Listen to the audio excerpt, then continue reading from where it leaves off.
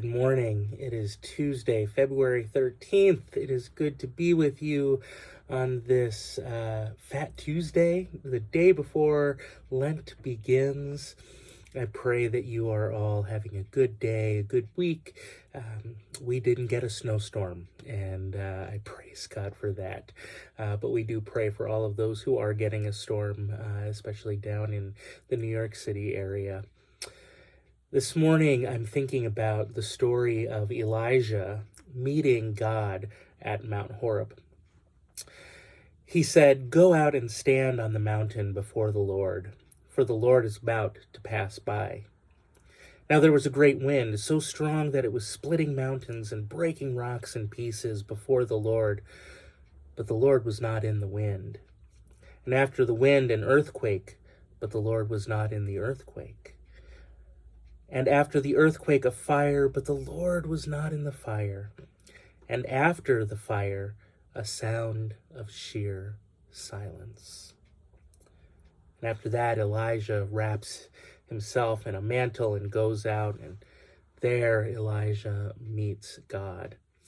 And I've been thinking about that silence, that sound of sheer silence. We all know what that sounds like. And sometimes those silences can be very powerful. Sometimes those silences can be overwhelming. Sometimes there is a good time for silence, and sometimes silence is oppressive. But this silence is something that I think of when I think about this poem by Jacqueline Jules, and it's titled "Billowing Overhead." And in it, it is the silence, the empty space where a loved one used to be that is speaking very loudly for her. So I read this for you, "Billowing Overhead" by Jacqueline Jules. And it begins with this quote from C.S. Lewis. "Her absence is like the sky, spread over everything." It's not your absence I feel, but your presence, palpable, still snoring on the sofa after chemo. You are not missing from any moment I breathe. You exist. In the painting you bought on a trip to Spain, the chipped blue mug from your alma mater, Broadway tickets I found in a drawer. You are with me. On the grocery shelf, beside those square orange crackers you ate by the box. In the sky, billowing overhead, declaring your existence as someone still loved on this earth.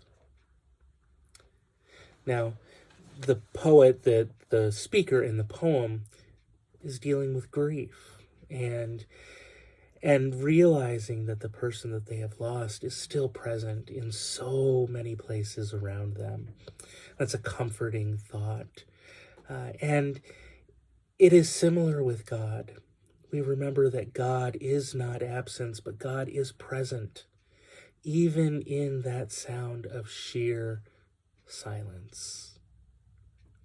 So I invite you today to sit with whatever grief you might have and think about how what caused that grief might still be with you in some way.